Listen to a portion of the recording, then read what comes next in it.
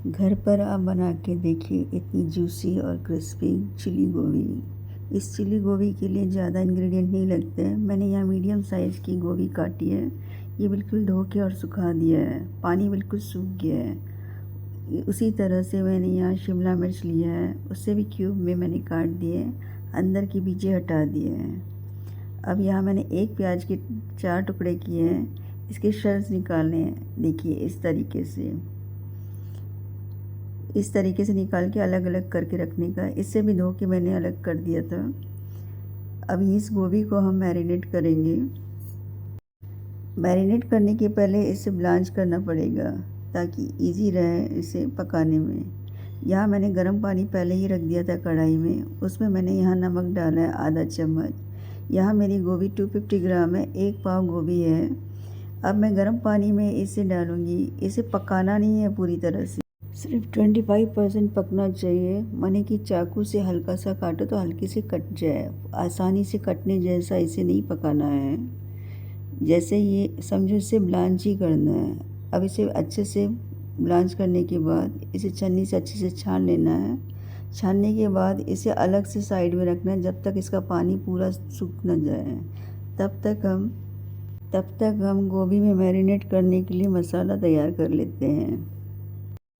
यहाँ मैंने मसाले के लिए 1/4 कप मैंने कॉर्नफ्लोर लिया है। यहाँ मैंने गोभी के हिसाब से कॉर्नफ्लोर और मसाले लिए हैं। आप जितना लेंगे उस हिसाब से आप मसाले लीजिएगा। और 2 टेबलस्पून मैंने यहाँ मैदा लिया है।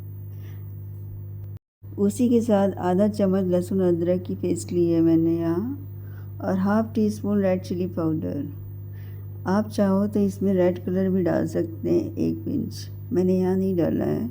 नमक स्वाद अनुसार। अब इसे अच्छे से मिक्स करना है। मिक्स करने के बाद गाढ़ा घोल बनाना है। जैसे पकोड़े का घोल बनाते हैं उस तरीके से इसका घोल बनाना है, जैसे कि ये गोभी में अच्छे से लपेट जाए। ज़्यादा पतला नहीं बनाने का। ज़्यादा पतला बनाएंगे तो गोभी अच्छे से कोट नहीं होगी। बस गोभी जितनी मसाले में कोट हो जाए उतना पानी हमें इसमें डालना है।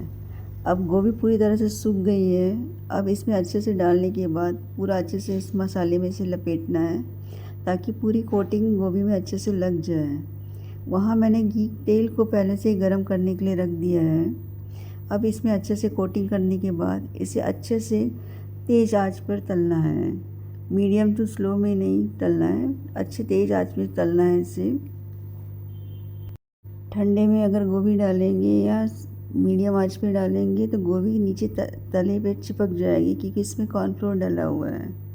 एक एक करके डाल के देखिए, फिर इकट्ठा थोड़े थोड़े जितनी आपका तेल हो उस क्वांटिटी के हिसाब से इसमें गोभी डालें। अब ये गोभी डालने के बाद हल्का सा जब नीचे से लाल हो जाएगा उसके बाद धीरे से इसे पलटाने का। इसमें कॉर्नफ्लोर डाला है तो वो थोड़ा दिक्कत होता है निकालने में, कॉर्नफ्लोर चिपक जाता है। देखिए इस तरीके से हल्के हल्के से इसे धीरे से पलटाने का, ज़्यादा फोर्स करके नहीं निकालने का, नहीं तो गोभी टूट जाएगी। अब गोभी आपस में चिपक गई है तो इसे चम्मच से अलग अलग करने का। इस तरीके से दोनों तरफ से अच्छे से क्रिस्पी हो जाए तब इसे अच्छे से तल के निकालने का। यहाँ पर गैस की फ्लेम को स्लो में ना रखिएगा, अच्छे तेज़ गरम तेल में ही इसे तलने का। देखिए इस तरह से गोभी दोनों तरफ से अच्छे से क्रिस्पी हो गई है और अच्छा रंग आ गया है। अब इस स्टेज में इसे बाहर निकालने का, पूरी तरह से तेल निकालने का। अब इसी कढ़ाई में मैं यहाँ 1.5 चम्मच जितना तेल छोड़ दूँगी। उसी तेल में हमें इसे मंचूरियन गोभी को बनाने का। अब यहाँ आँच को मीडियम टू लो फ्लेम में ही रखें। अब यहाँ पे हम आधा चम्मच लहसुन अदरक की पेस्ट डालेंगे। इसे थोड़ा भून लेने का। भूनने के बाद यहाँ मैं हरी मिर्ची लंबी कटी हुई डाल रही हूँ। यहाँ चिली गोभी है तो हरी मिर्ची होना ज़ाहिर है।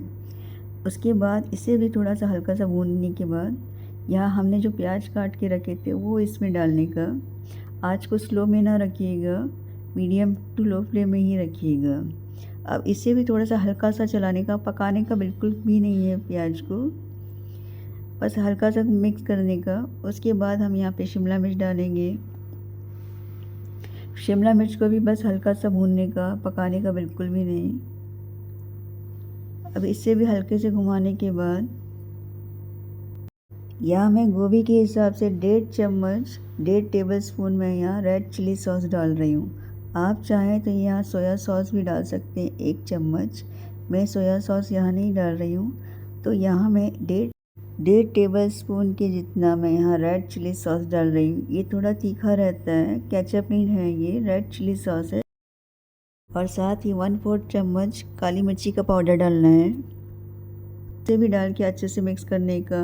सब्जियों को बिल्कुल पकाने का नहीं है।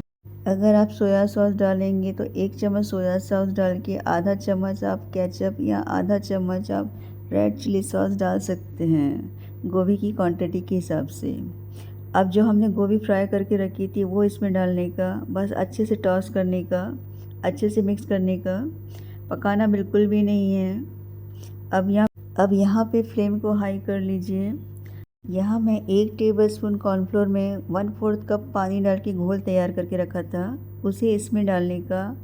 इसमें डालने के बाद अच्छे से मिक्स करने का। इससे क्या बहुत अच्छा टेस्ट आता है, थोड़ा च्यूई टाइप का टेस्ट आएगा। और आपस में जो गोभी है और शिमला मिर्च प्याज है वो आपस में अच्छे से चिपक जाएंगे हल्के हल्के, और खाने में बहुत अच्छा टेस्ट आएगा। इसलिए कॉर्नफ्लोर का पानी डालना भूलें ना, और नमक डालें टेस्ट के हिसाब से। अब नमक डालने के बाद अच्छे से मिक्स करने का।